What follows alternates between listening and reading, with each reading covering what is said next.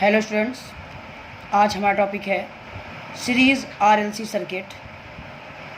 इसमें register, inductor और capacitor को सीरीज़ में कनेक्ट किया गया है। आइए चल के देखते हैं। एक रजिस्टर, इसकी वैल्यू है R। उसके सीरीज़ में एक इंडक्टर, इसकी वैल्यू है L। और उसके सीरीज़ में एक कैपेसिटर, इसकी वैल्यू है C को कनेक्ट किया गया। और इस पूरे सर्किट को हमने एक AC वोल्टेज सोर्स V से कनेक्ट कर दिया गया। इस AC वोल्टेज सोर्स से कनेक्ट करने की वजह से इसमें एक करंट I फ्लो होगी। ये I चूँकि R, L और C तीनों सीरीज़ में है तो ये I करंट कॉमन रहेगी। रजिस्टर के अक्रॉस ये I करंट जब फ्लो करेगी तो यहाँ पर एक वोल्टेज डेवलप होगा, उसको VR हमने माना है। इसी तरह यही करंट जब इंडक्टर में फ्लो करेगी तो वोल्टेज जो बनेगा उसको VL कहा है और कैपेसिटर के अक्रॉस के वोल्टेज को VC कहा है। I और इन तीनों वोल्टेज में फेज़ रिलेशन कैसा होता है देखते हैं। VR is equal to I into R।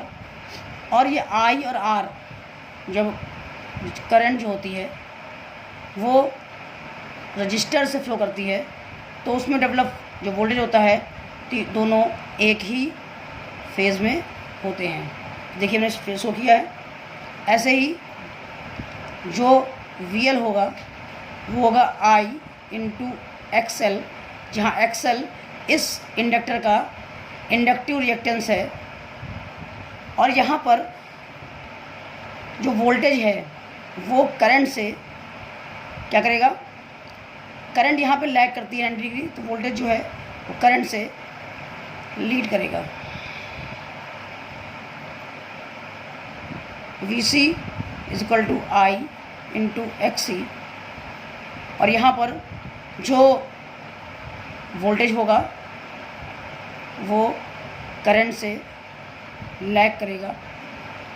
ये हम कह सकते हैं कि करंट वोल्टेज से लीड करेगी 90 डिग्री। ये इनके इंडिविजुअल सर्किट का प्रॉपर्टीज़ हैं। अगर प्योर R सर्किट हो, प्योर L सर्किट हो और प्योर C सर्किट हो तो इस तरह के रिलेशन मिलते हैं। अब यहाँ पर जो है ये वोल्टेज जो है V वो इन तीनों का समेशन है, वेक्टर समेशन। तो इनको अगर हम शो करना चाहें एक ही सर्किट में तो कॉमन में शो करने के लिए हम करंट को कॉमन ले लेते हैं I, इसी की फेज़ में VR, VL, VC। देखने वाली बात यह है कि VL और VC दोनों एक दूसरे के अपोजिट फेज़ में हैं। तो जो वोल्टेज बड़ा होगा या तो VL बड़ा होगा या VC बड़ा होगा। जो वोल्टेज बड़ा होगा इन दोनों का रिजल्टेंट उसी तरफ होगा। अगर VL बड़ा होगा तो जो VL इनका रिजल्टेंट होगा VL डिफरेंस VC। अगर VC बड़ा होगा तो रिजल्टेंट नीचे आएगा और अगर VL बड़ा होगा तो रिजल्टेंट ऊपर आएगा। अगर L बड़ा होगा यानी VL बड़ा होगा तो रिजल्टेंट ऊपर की तरफ आएगा और हमारा जो ये सर्किट होगा वो रजिस्टेंस और इंडक्टेंस यानी इसमें इंडक्टिव प्रॉपर्टीज़ रहेंगी। और अगर कैपेसिटर का अक्रॉस वोल्टेज जो है VC वो बड़ा होगा VL से तो जो रिजल्टेंट आएगा वो नीचे की तरफ आएगा और इस सर्किट में कैपेसिटिव प्रॉपर्टीज़ ज़्यादा रहेंगी, यानी वो जो सर्किट होगा वो कैपेसिटिव सर्किट होगा। आइए देखते हैं इसका इम्पीडेंस डायग्राम बनाएं अगर तो ये R,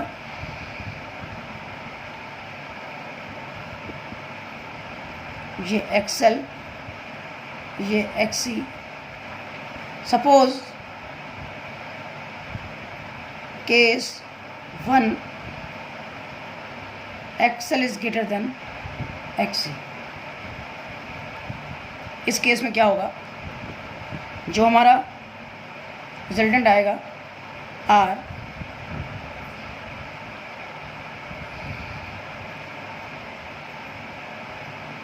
this is XL minus XC, और इस एक्सएल माइनस एक्सी का जो ओवरऑल रिजल्टेंट होगा ये इस सर्किट का Z कहलाएगा, यानी इम्पिडेंस। और सिमिलर वे में case 2 when XC is greater than XL,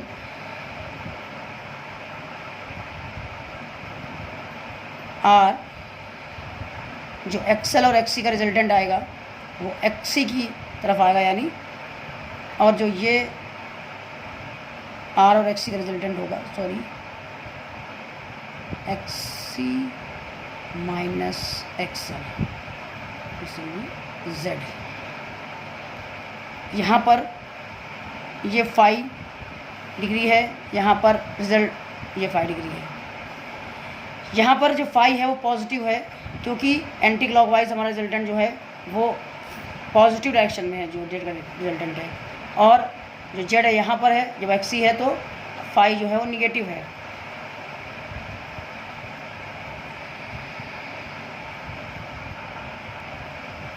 अगर इसको वोल्टेज के फॉर्म में देखें तो अगर XL is greater than XC है तो VL is greater than VC भी होगा, और वीआर वीएल माइनस वीसी, और इन दोनों का जो रिजल्टेंट होगा वो हमारा वोल्टेज वी जो हमने अप्लाई किया था। और ये वोल्टेज वी जो है वो वीआर से 5 डिग्री पे है, और वीआर के फेज़ में आई है तो ये आई से 5 डिग्री पे है। तो यही हमारा जो 5 है ये हमारा फेज़ डिफरेंस है आई और वी के बीच का। यहाँ पर देखिए जो करंट है, करंट भी कहाँ पर है, इसी के फेज़ में है, तो करंट जो है वो वोल्टेज से 5 डिग्री लैग कर रही है, ठीक है। और जो वोल्टेज है V, उसकी वैल्यू होगी under root VR square plus VL minus VC square. अगर यहाँ पे हम पुट कर दें V की equal to I into Z is equal to VR को IR का square plus IXL minus IXC का स्क्वायर, और सॉल्व करें इसको तो आ जाएगा I पूरा में से बाहर आ जाएगा, I स्क्वायर बाहर आएगा तो I बन जाएगा, अंदर बचेगा R square plus XL minus XC का होल स्क्वायर IZ, I से I कैंसिल, एंड Z यानी whole impedance of the circuit जो होगा वो होगा R square plus XL minus XC का होल स्क्वायर। इसी तरह यहाँ पर अगर XC is greater than XL है, उस कंडीशन पे VC ग्रेटर देन VL होगा, VR इसी फेज में I होगा, और यहाँ पे आएगा VC माइनस VL, और इन दोनों का जो रिजल्टेंट होगा ये होगा हमारा अप्लाइड वोल्टेज V।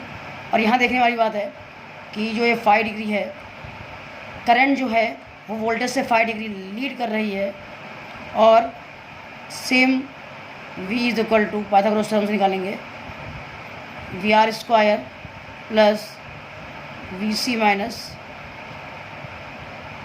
VL का होल स्क्वायर और इसका अंडर रूट। जब V को हम IZ IR square plus IXC minus IXL square, यहाँ से रहेगा Z is equal to under root R square plus XC minus XL का स्क्वायर। यहाँ दो केस हैं।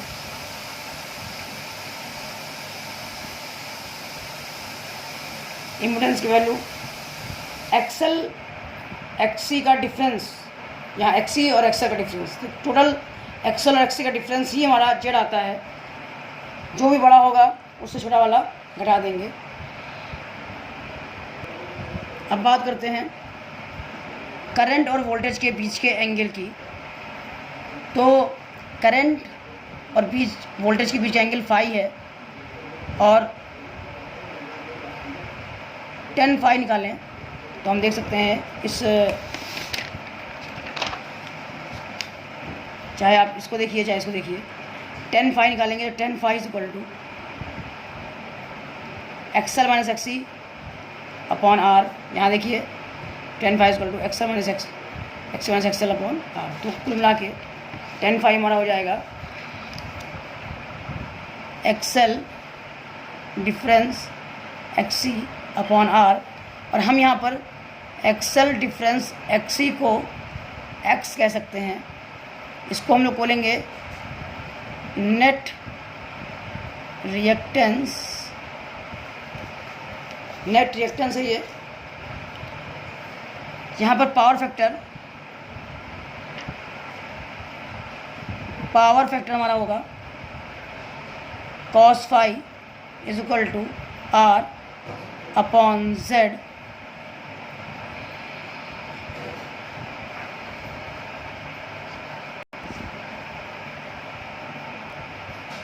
जो पावर होगी active power P is equal to V I cos phi, Q is equal to V I sine phi, S is equal to V into I. V I cos phi ये active power है। इसका जो unit होता है वो वाट या kilowatt या megawatt. उसी तरह से जो रिएक्टिव पावर है इसका जो यूनिट होता है वो वोल्ट एम्पियर रिएक्टिव या किलो वोल्ट एम्पियर रिएक्टिव या मेगा वोल्ट एम्पियर रिएक्टिव। और जो अपरेंट पावर एस है इसका जो यूनिट होता है वो केवल volt ampere, kilo volt ampere या मेगा वोल्ट एम्पियर होता है। नेक्स्ट टॉपिक ये है कि resonance in series RLC circuit. ये रेजोनेंस वर्ड है, ये केवल RLC सीरीज सर्किट में ही आता है। सीरीज RC सर्किट में नहीं आता है। ये क्या होता है, देखिए पिछले पार्ट में हमने देखा कि जो दो केसेस थे, केस 1 और केस 2, उसमें क्या था कि एक केस था जब RL is greater than XL is greater then XC, और दूसरे केस में XC is greater than XL। लेकिन ये केस 3 है एक तरह का, जब XL is equal to XC। XL और XC जो इक्वल हो जाएंगे उस केस में क्या होगा, ये R था, ये XL और ये XC, XL ऊपर की तरफ XC नीचे की तरफ। अगर ये इक्वल हो गए उस केस में XL और XC एक दूसरे को कैंसिल आउट कर देंगे, और जो हमारा इम्पिडेंस होगा Z इज इक्वल टू जो वैल्यू थी R square plus XL minus XC का होल स्क्वायर, इसकी वैल्यू आ जाएगी Z is equal to R, क्योंकि XL और XC इक्वल होने की वजह से कैंसिल आउट हो जाएंगे।